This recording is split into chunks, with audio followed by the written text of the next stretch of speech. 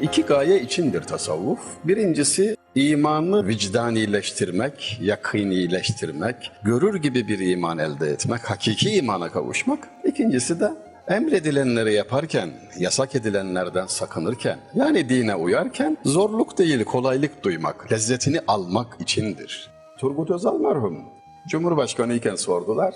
Dediler ki şeriat nedir, tarikat nedir, hakikat nedir? Şöyle bir örnekle açıkladı. Beyazıt Camii'nin şadırvanında yan yana oturmuş abdest alan 3 adam düşünün. Ve bahçeye aniden giren İzbandut gibi bir zorba, çok güçlü bir adam, eli kolu kuvvetli ve keyfi olarak üçüne de birer tokat attı enselerine. Sert birer tokat attı. Birinci kişi tokadı yiyince abdeste ara verip kalktı hayırlısıyla. Yediği tokat şiddetinde bir tokatla cevap verdi. Bu şeriattır. İkincisi tokadı yiyince şöyle bir tebessümle dönüp baktı. Bakmasındaki maksat şu: Cenab-ı Hak bana bir tokat göndermiş. Acaba postacı kim? Getiren kim? Merak etti, ona baktı. Bu tarikattır. Üçüncüsü dönüp bakmadı bile. Kiminle gönderirse gönderir, onun bileceği iştir dedi. Bu da hakikattır. Soran kişinin yüzünde tereddüt gitmediği için bak dedi. Başka bir açıdan izah edeyim. Şeriatta bu senindir, bu benim. Tarikatta hem senindir hem benim. Hakikatta ne senindir ne benim. Derler ki efendim Müslümanlık ince insanlık, tasavvuf ince Müslümanlıktır. Bir tasavvuf büyüğü dedi ki herkes bir türlü tarif etti, hepsi de doğrudur. Ben de şöyle tarif edeyim. Ehemmi mühimme tercih etmek. Ehem ne demek? Çok önemli. Mühim ne demek? O da önemli. Ama işte biri çok önemli. En mühim olana harcayın ömrünüzü. Alternatifi olmayan bir zaman dilimidir. Topu 60-70, bilemedin 80 yıldır. Yarısından fazlası uykudur. İşe yarar 20 yılın var veya yok. Çocukluk, yaşlılık saydığın zaman gün yok yani. 20.000 günde bitiyor ömür dediğin. O halde bunu değsin harcadığın yere. Nereye harcayayım? Rızaya ilahiye uygun ebedi hayat yatırımına harca ki değsin, sana da akıllı desinler.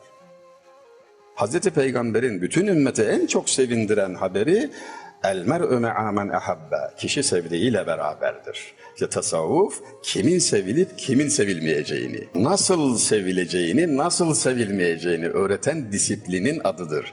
Böylelikle sevgiye değer olanla olmayan ayırt edilir. Kimi seviyorsun diye sordum birisine, dedi ki kendimi dedi. Güzel, ayıp bir şey bu ama öyleyse sevdiğini ateşten koru.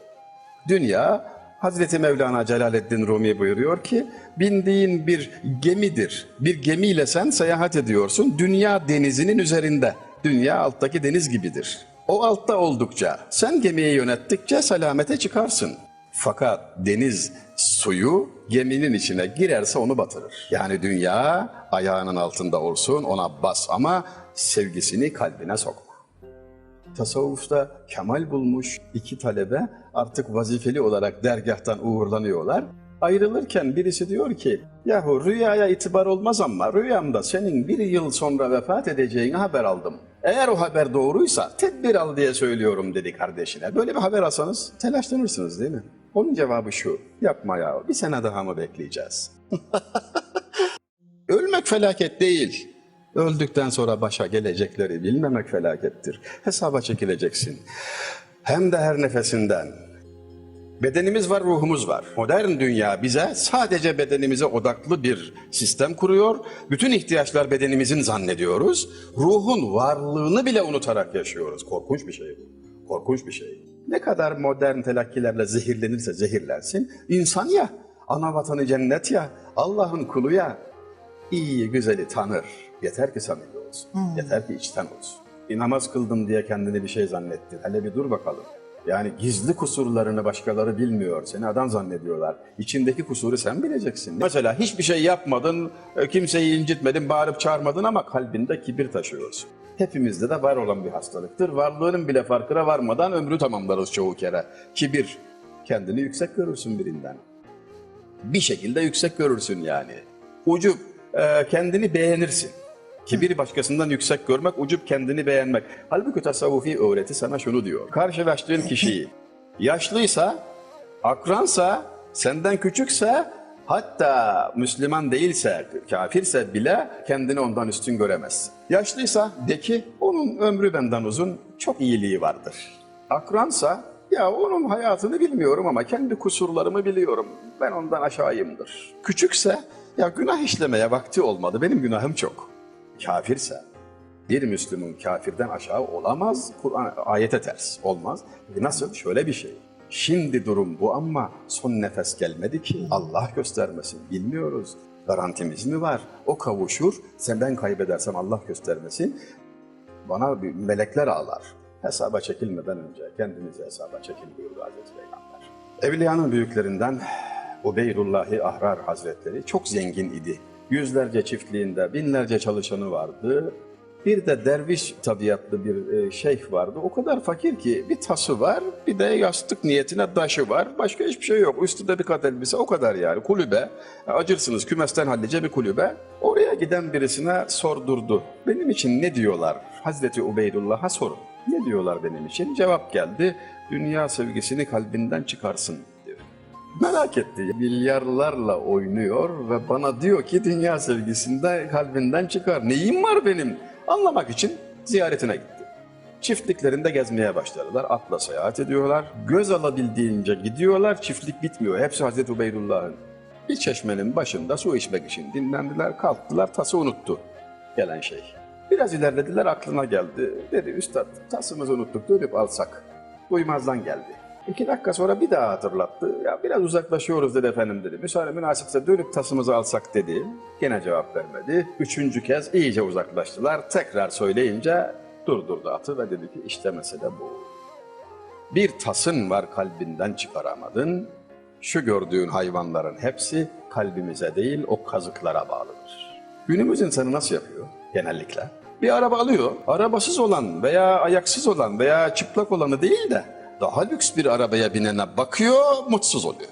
Altındaki araba ona zehir oluyor, mutlu olmak. Nerede ya şükretmek, nerede kaldı? Ya adam diyor bilmem neye biniyor diyor, bitti işte. Dünyası mahvoldu.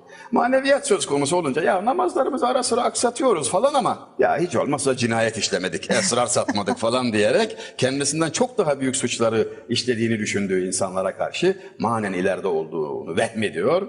Ahiretini de kaybediyor. Hem dünyası hem ahirete gitti. Mutluluğun kokusunu duyması mümkün değil. Maddiyatta geride olan, maneviyatta ileride olana bak. Sahip olmak kusur değil, kalbine sokmak kusur. 2 unut var, 2 de unutma. Ölümü unutma, Allah'ı unutma. Yaptığın iyiliği unut, gördüğün kötülüğü unut. Dünyanın en mutlu kişisi sensin. Dost kimdir? Allah'ı ve ahireti hatırlatan. Düşman kimdir? Unutturan. Velev ki evladınız, velev ki eşiniz, velev ki mesleğiniz ne olursa o kardeşiniz, eşini fark etmez. Unutturuyorsa düşmandır. Aman ha. Hatırlatıyorsa dosttur. Hz. Peygamber aleyhissalatü vesselam eve bir adak hayvan getirdi. Hayvan kesilmiş, eti var. Hazreti Ayşe annemize tevdi etti. Bir yemek yapması arzu ediliyor. Demek ki akşam geldiğinde sordu. Ne yaptın dedi kuzuyu. Efendim eti fakirlere dağıttım. Hepsini.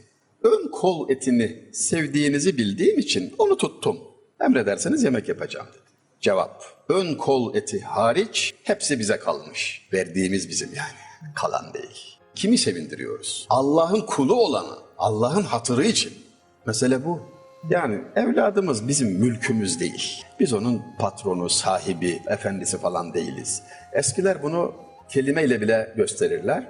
Kız evlada kerime der, erkek evlada mahdum. Kelimeler öğretiyor. Mahdum, hizmet edilen demek. Yani baba olarak erkek evlat karşısındaki pozisyonun hizmetçisine.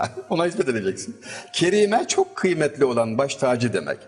Onun da hizmetçisisin. Yani baba pozisyonunda olmak ne demekmiş? Evladına hizmet etmek. Peki bu hizmet neden ileri geliyor? Cenab-ı Hakk'ın ihsan ettiği çok güzel bir nimettir ve bir imtihandır da onun için.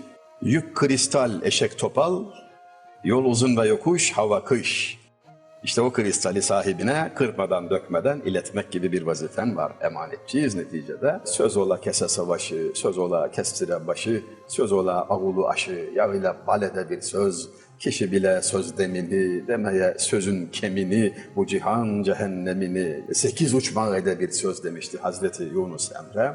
Tatlı sözü, güzel sözü, doğru sözü, nutk-ı şerifi tarif ediyordu. İşte tasavvuf aynı zamanda güzel yaşamak ve güzel söylemektir. Eski bir söz vardır, tasavvufi bir nüktedir. Ağızdan çıkan kulaktan döner, kalpten çıkan kalbe gider.